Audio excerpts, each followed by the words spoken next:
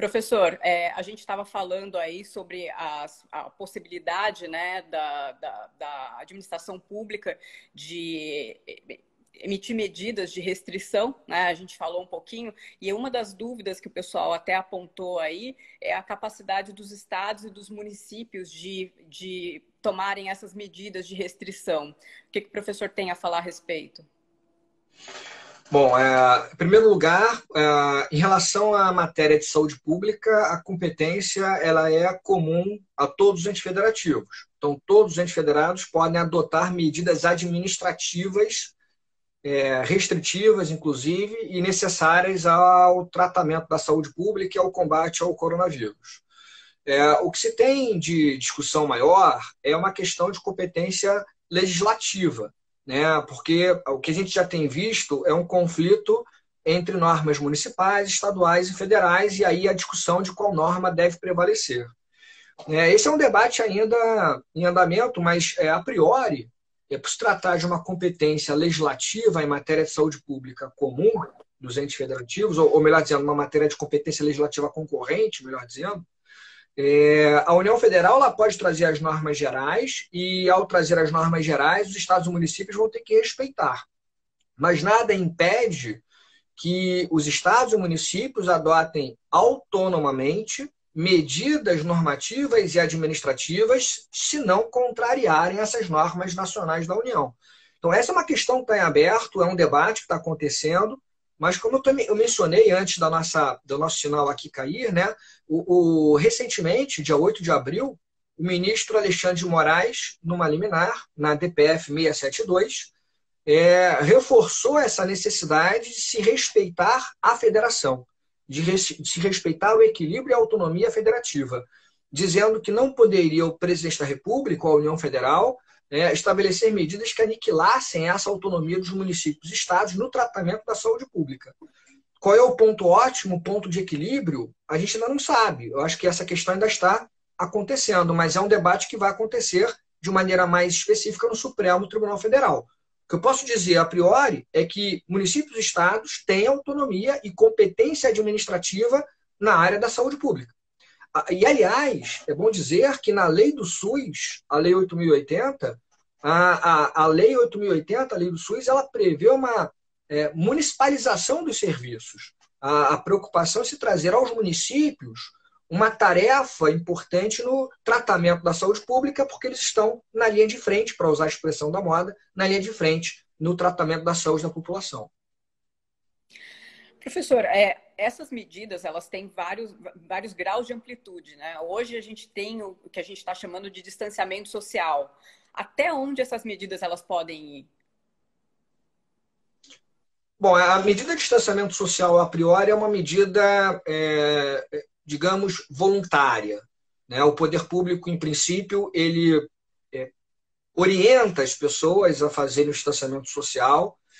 E o que tem acontecido invariavelmente em alguns entes federativos é que muitas pessoas não estão seguindo a recomendação. E aí o poder público, se preocupando com a saúde pública, passa a ameaçar a adoção de medidas mais restritivas, inclusive em São Paulo houve ameaça de prisão, no Rio de Janeiro também, por exemplo, as pessoas que desrespeitassem as regras de distanciamento social. Aí entra um debate mais específico do direito penal, se isso seria possível no âmbito dos estados e dos municípios, a eventual medida restritiva de liberdade para aqueles que não obedecerem às recomendações de distanciamento social. É uma questão certamente muito polêmica, mas me parece que é uma questão mais do direito penal. O que eu posso dizer em relação ao direito administrativo é que em âmbito federal, a Lei 13.979 trouxe duas medidas bem restritivas em relação à liberdade de ir e vir, que é o isolamento e a quarentena. E o isolamento e a quarentena foram, recentemente, objeto de uma regulamentação específica, me refiro aqui à Portaria 356 de 2020, do Ministério da Saúde. Essa portaria trata, basicamente, do isolamento e da quarentena, e aí você teria a possibilidade, na quarentena, especialmente, de estabelecer uma medida compulsória, restritiva de liberdade para pessoas contaminadas que coloquem em risco a saúde pública. Professor, além dessas medidas de restrição de locomoção, né, o Estado tem tomado uma série de ações, de medidas. Uma das principais preocupações é ampliar a nossa capacidade de atendimento para os doentes que eventualmente se contaminem aí com o Covid-19. Para que se eu ampliar essas medidas, a gente precisa também ampliar, em alguns casos, o pessoal responsável, né, os profissionais de saúde. A gente sabe que já existe uma quantidade limitada de profissionais e, para piorar, alguns desses profissionais eles estão aí tendo que ser afastados justamente por ter se contaminado com a doença. Quais são as medidas que o Estado tem nesse momento para ampliar essa capacidade de atendimento e ampliar a quantidade de funcionários, né, de servidores da saúde? Bom, em princípio, o poder público tem uma solução mais tradicional para suprir a falta de pessoal, no caso específico da saúde pública, que seria a contratação temporária de servidores. Essa contratação temporária sem concurso público tem assento constitucional no artigo 37, inciso 9, especificamente. Então, em âmbito federal, nós temos legislação já regulamentando a contratação temporária e, na maioria dos estados e municípios, idem. Então, acho que a solução talvez menos agressiva seja a contratação temporária de médicos, de enfermeiros, de pessoal na área da saúde, sem concurso. Agora, nós temos uma outra medida que é mais extrema, que seria a requisição administrativa, e ela pode envolver não só bens, mas também envolver serviços. Nós temos algumas requisições de pessoal, de serviços, muito famosas, como a requisição na área militar, por exemplo. Mas me parece, pessoalmente, que a requisição de profissionais da saúde, profissionais da área privada, para atuarem na área pública, ela tem que ser vista com muita cautela. Primeiro porque nós temos uma outra medida que alcançaria o mesmo fim, que é superar o problema de déficit de pessoal, e menos restritiva, que é a contratação temporária de servidor, porque nesse caso você tem um contrato formalizado entre o profissional e o poder público, portanto uma relação voluntária, e que vai ser remunerada conforme o serviço vai sendo prestado. Então me parece que a requisição ela só poderia ser pensada se a contratação temporária não for suficiente. A mesma coisa, mal comparando, se dá em relação à contratação de bens, compra de bens, materiais. Me parece que a requisição ela só pode ser adotada se a contratação emergencial, se a compra emergencial não for suficiente. Porque se você vai direto para a requisição, me parece que é uma medida desproporcional, porque você vai alcançar o mesmo fim, é verdade, mas restringindo de maneira mais incisiva a liberdade e a propriedade das pessoas. Eu acho que esse é um parâmetro. E aí a cautela que eu peço é maior, por quê? Porque nós temos uma situação sui generis, quando o poder público requisita, seja um equipamento de um hospital privado, seja um profissional de um hospital privado, você vai desabastecer o hospital privado. Que muitas vezes está prestando também o mesmo atendimento para uma parcela da população. E aí você entra num debate muito esquisito, de saber qual vida vale mais. A vida daquele paciente que está no hospital público ou a vida do paciente que está no hospital privado. E essa conta não é uma conta. Como é que você vai dizer que uma vida vale mais do que a outra? Então, me parece que requisição de equipamentos e profissionais de hospitais privados para a rede pública de saúde, ela tem que ser realizada com muita cautela e tem que ser ponderado, no caso concreto, se a retirada do profissional ou do equipamento do hospital privado não vai gerar o mesmo risco que já existe no hospital público, que é o risco à vida. Desabastecer e o hospital privado não ter condições de atender lá todos aqueles pacientes que estão lá internados. Então tem que ter muita cautela. Uma saída que foi muito interessante foi em São Paulo, onde foi utilizado o estádio do Pacaembu, por exemplo, para criar um hospital de quarentena. Aí você, nesse caso, se você fizer uma requisição, por exemplo, de uma arena esportiva, ou uma requisição de um imóvel qualquer para instalar nesse imóvel um hospital de quarentena, me parece melhor a solução, porque você não está tirando da saúde para colocar na saúde. Você está tirando um bem ou um profissional de uma outra área qualquer, ou de uma ociosidade eventual, para uma ausência de trabalho daquele profissional, para colocá-lo na linha de frente. Então, essas requisições de hospitais privados, serviços privados de saúde, bens privados, né, no âmbito dos hospitais, ela tem que ser feita com muita cautela. Me parece que a medida adotada de forma assodada em relação à requisição, ela tem que ser vista com muita preocupação. Nós temos já uma decisão, algumas decisões, né?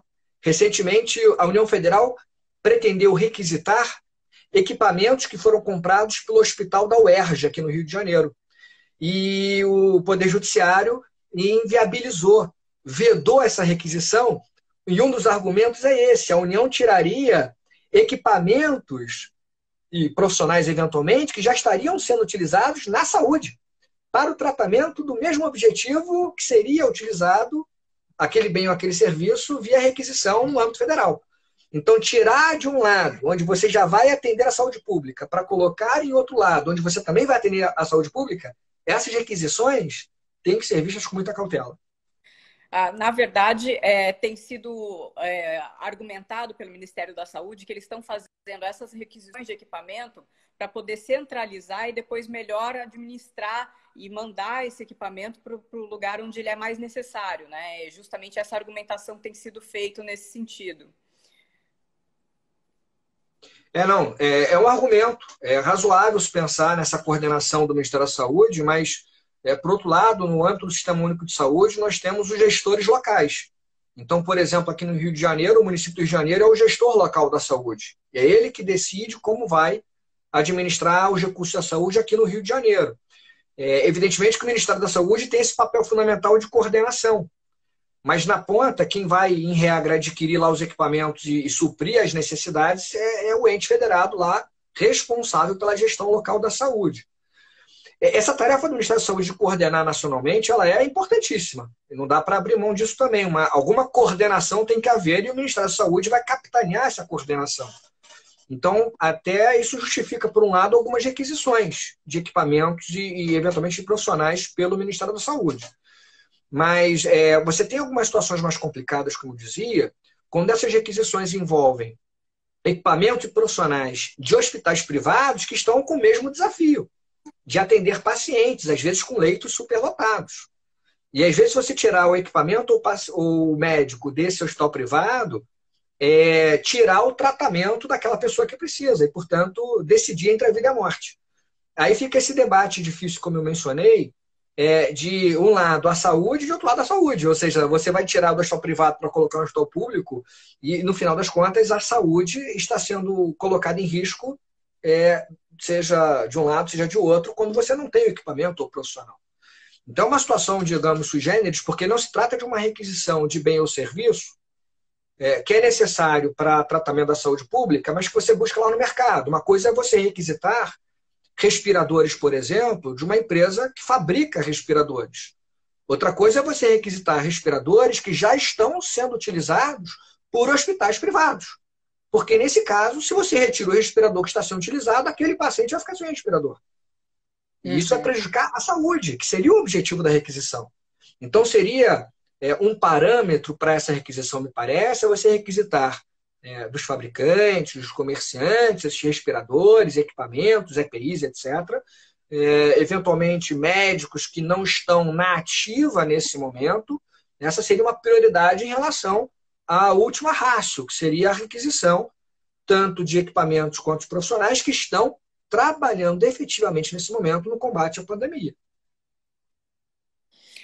Professor, além da requisição, né, de equipamentos, a gente tem na administração pública uma série de procedimentos para compra de materiais, para compra. É necessário normalmente um processo de licitação. E a gente sabe que esse procedimento, nesse momento, né? Então, quais são as saídas que a nossa administração pública tem nesse momento para conseguir ampliar essa capacidade de fornecer material, de comprar respiradores, equipamento? Como que a gente consegue acelerar esse processo? Bom, na verdade, essa saída foi dada pela medida provisória 926 de 2020, que alterou a Lei 13.979, também de 2020. Então, a Lei 13.979, alterada pela MP 926, ela estabeleceu o que eu tenho chamado, inclusive publiquei lá no nosso blog do Gen Jurídico, de fast track licitatório, Ou seja, a lei estabeleceu, alterada pela MP, regras mais céleres, mais flexíveis para as contratações emergenciais necessárias ao combate à pandemia. Então, por exemplo, essas contratações emergenciais previstas e reguladas na Lei 13.979, elas vão ter alguma flexibilização na formatação do termo de referência, do projeto básico, da contratação. A lei prevê termo de referência simplificado, projeto básico simplificado. A lei flexibiliza alguns documentos de habilitação na licitação. Então, alguns documentos de habilitação podem ser dispensados. Em situações extremas, a lei permite até mesmo contratação de pessoas que estão sancionadas com inidoneidade ou com suspensão de contratar com o poder público. Apesar dessas sanções impedirem a contratação, a lei flexibilizou isso para, nesse momento de crise, se a empresa for a única fornecedora, mesmo sancionada, o poder público poder contratá-la.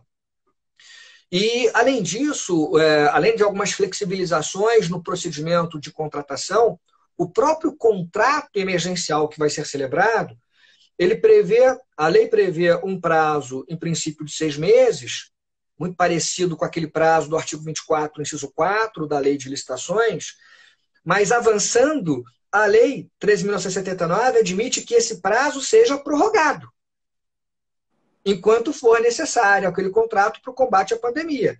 Então, isso não se coloca lá no artigo 24, inciso 4 da Lei 8.666, que estabelece um prazo limite de 6 meses e não prevê a possibilidade ou proíbe a prorrogação desse contrato.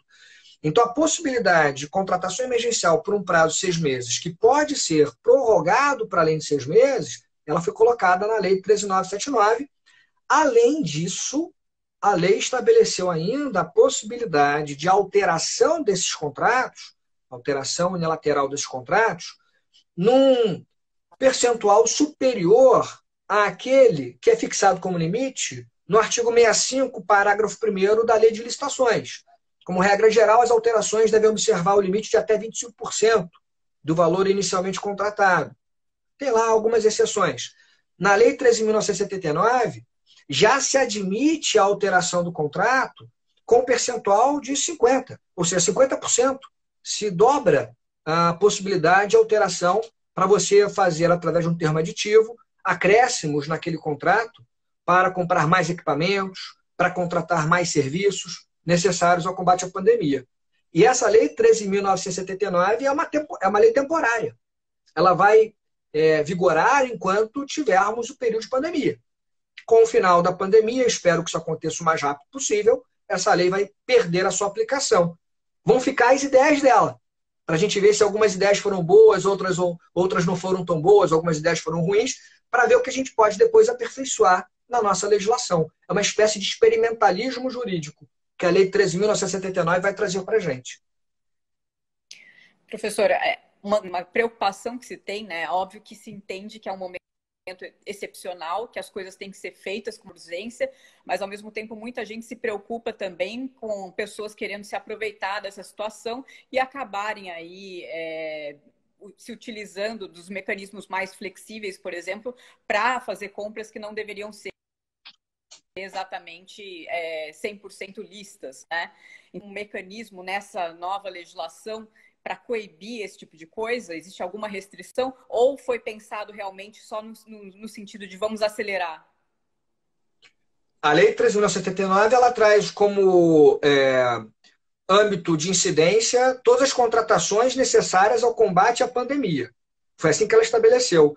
E essa é uma previsão bastante genérica, porque se ela fala que ela se aplica, a Lei 13.979, de 2020, a todas as contratações necessárias ao combate à pandemia, a gente pode interpretar o seguinte, que essas contratações com regras diferenciadas, elas vão ser observadas não apenas naquilo que diretamente está relacionado à questão da saúde, eu acho que ninguém duvidaria que a lei se aplicaria às contratações de serviços médicos, à compra de EPIs, de equipamentos de proteção, necessários para os hospitais. Agora, me parece que seria possível interpretar que essa lei também vai se aplicar àquelas contratações que indiretamente tenham alguma relação com o combate à pandemia. Então, por exemplo, outro dia eu fui questionado e eu dei essa resposta. Poderia, teoricamente, o poder público se utilizar da Lei 13.979 para contratar serviços de tecnologia. Eu vi em Pernambuco, salvo engano, drones que estão sendo utilizados para verificar, né, o isolamento social. Alguns drones até conseguem ver a temperatura do corpo humano para saber se aquela pessoa está num perfil suspeito ou não, digamos assim. Aplicativos de celulares estão sendo, às vezes, contratados para coletar informações necessárias à pandemia. Então, essas contratações não têm alguma relação com o combate à pandemia? Não são necessárias? Se a lei fala que ela se aplica a todas as contratações necessárias ao combate à pandemia, me parece que ela se aplica às contratações que têm uma relação direta e indireta com o combate à pandemia. Agora, como você bem falou, isso não é um cheque em branco para o administrador público. Então, evidentemente que você não vai poder utilizar essas regras especiais da Lei 13.979 para contratos que não tenham qualquer relação com o combate à pandemia. Então, por exemplo, você não vai comprar, talvez, caneta Bic, ou não vai comprar folha de papel A4 para sua repartição pública utilizando as regras especiais da Lei 13.979. Vai usar a legislação tradicional. Aliás, a própria Lei 13.979, ela trata do pregão e reduz os prazos do pregão. E se ela faz isso, me parece que ela não está afastando, nesse momento, e nem poderia fazer isso, na minha opinião, a utilização da legislação tradicional. Então, me parece que, no final das contas, cabe ao gestor público ter muita cautela na utilização da Lei 13.979 e justificar isso muito bem no contrato, ou melhor dizendo, justificar muito bem isso no processo de contratação, para dizer que aquela contratação observou a Lei 13.979 pelas razões ali elencadas. Porque o que vai acontecer, e isso vai chegar, a conta vai chegar, é que os órgãos de controle vão atuar. Então, amanhã, quando o Tribunal de Contas fizer a fiscalização, as próprias procuradorias na sua fiscalização, o próprio Poder Judiciário, o Ministério Público vai acionar provavelmente alguns gestores, já tem aí algumas ameaças de improbidade, inclusive do Ministério Público Federal e de alguns ministérios públicos estaduais, avaliar caso a caso aquele gestor que se aproveitou com má fé ou dolosamente desse momento de crise para fazer contratações burlando a legislação tradicional. Então, assim, qual é o parâmetro? Resumindo, a Lei 13.979, ela trata de regras especiais para a contratação, dentre outras questões, necessárias ao combate à pandemia. Então, no caso concreto, quando o gestor se valer dessas regras, eu entendo que ele deve justificar muito bem a utilização dessas regras, inclusive em pareceres técnicos da área da saúde, para dizer que aquela contratação é necessária para o tratamento da saúde pública ou para o combate à pandemia. Ainda que essas contratações sejam feitas fora da área da saúde, por secretarias outras ou outros ministérios que não sejam o Ministério da Saúde, se isso for demonstrado tecnicamente no momento da contratação.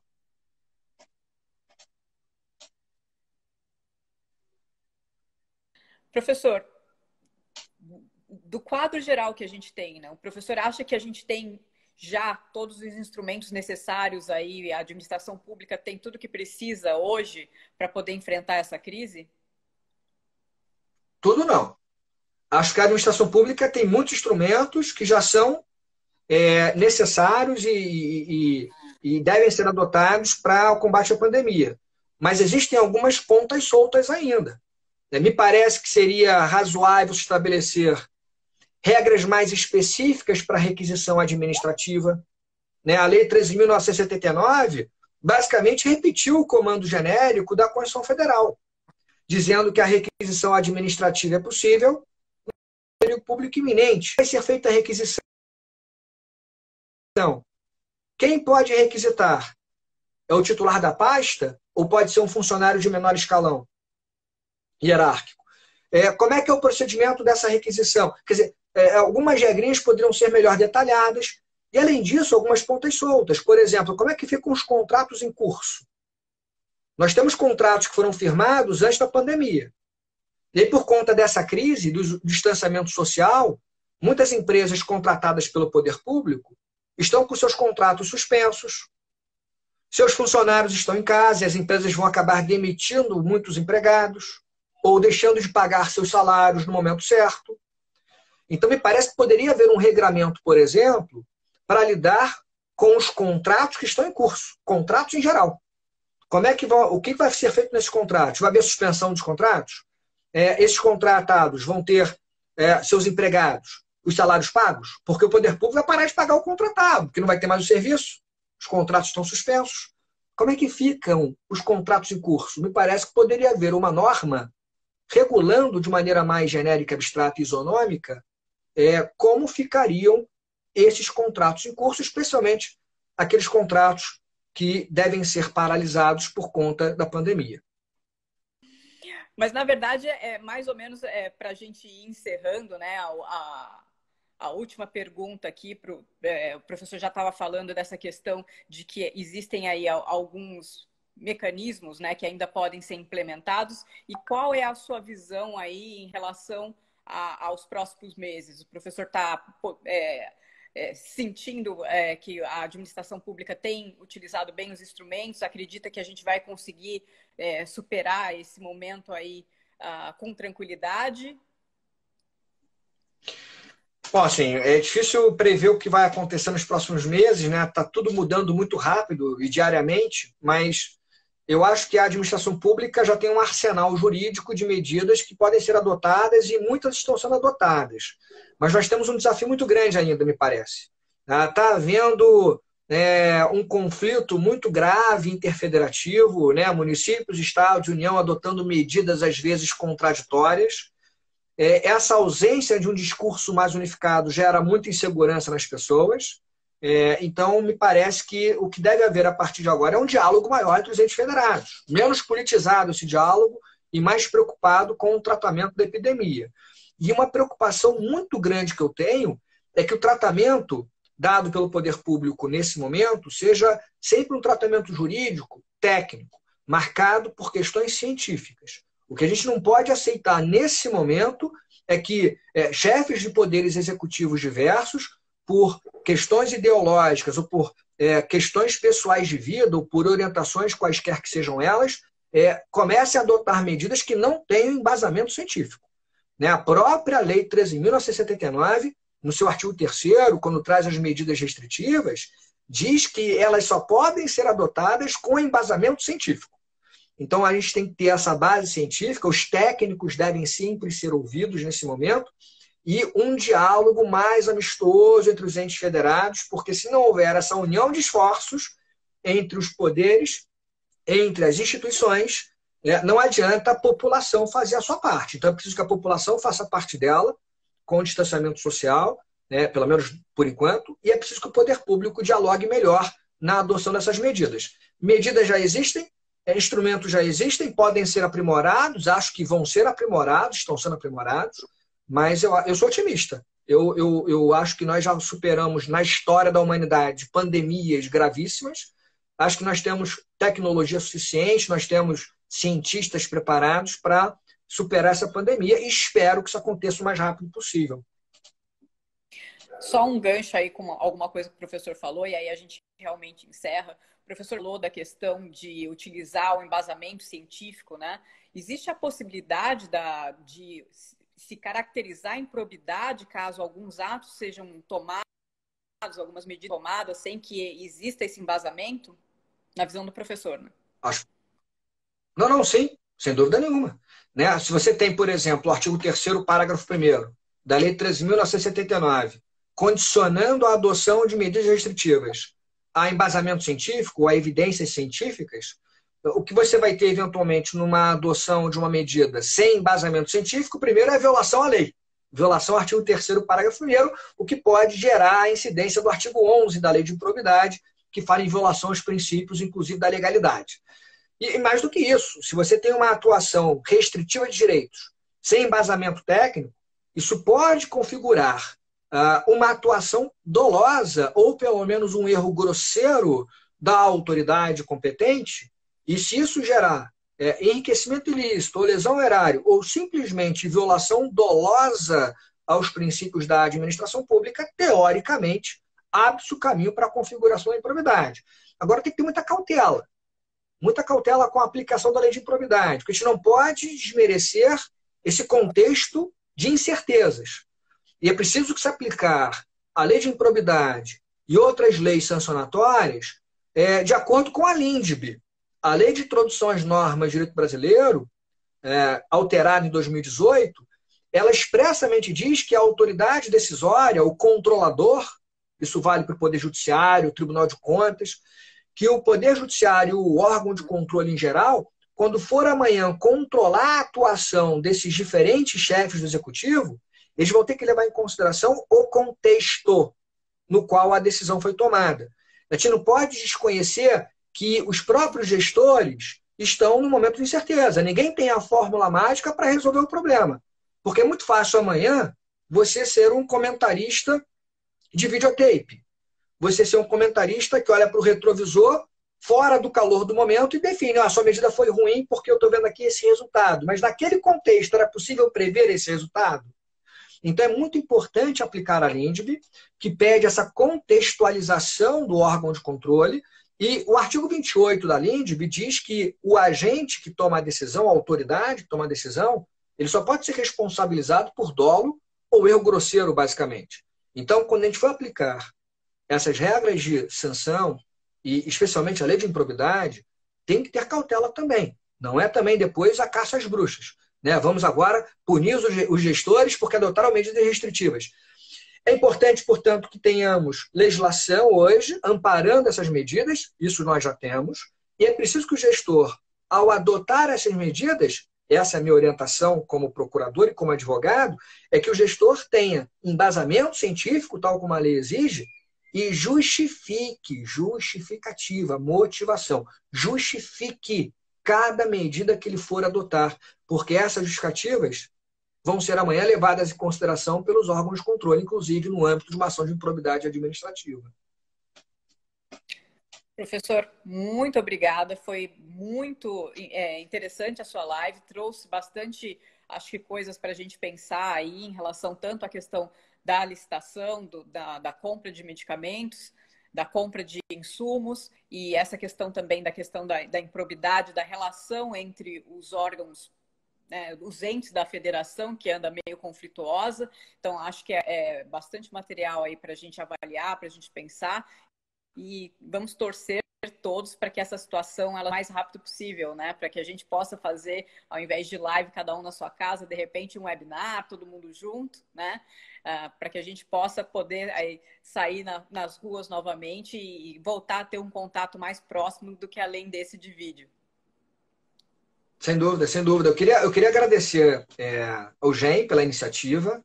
Acho que ela é maravilhosa. Essa época de tantas lives, eu sei que é muita concorrência de lives. Não é fácil para todo mundo acompanhar todas as lives. Eu quero agradecer a todos que assistiram a nossa live hoje. E espero que todos tenham muita saúde, muita calma e muita disciplina para lidar com esse momento difícil. E tenho certeza que em breve a gente vai estar junto de novo. Tchau, tchau, professor. Boa noite, gente. Tchau. Um abraço a todos. Tchau. Um abraço. Tchau, tchau.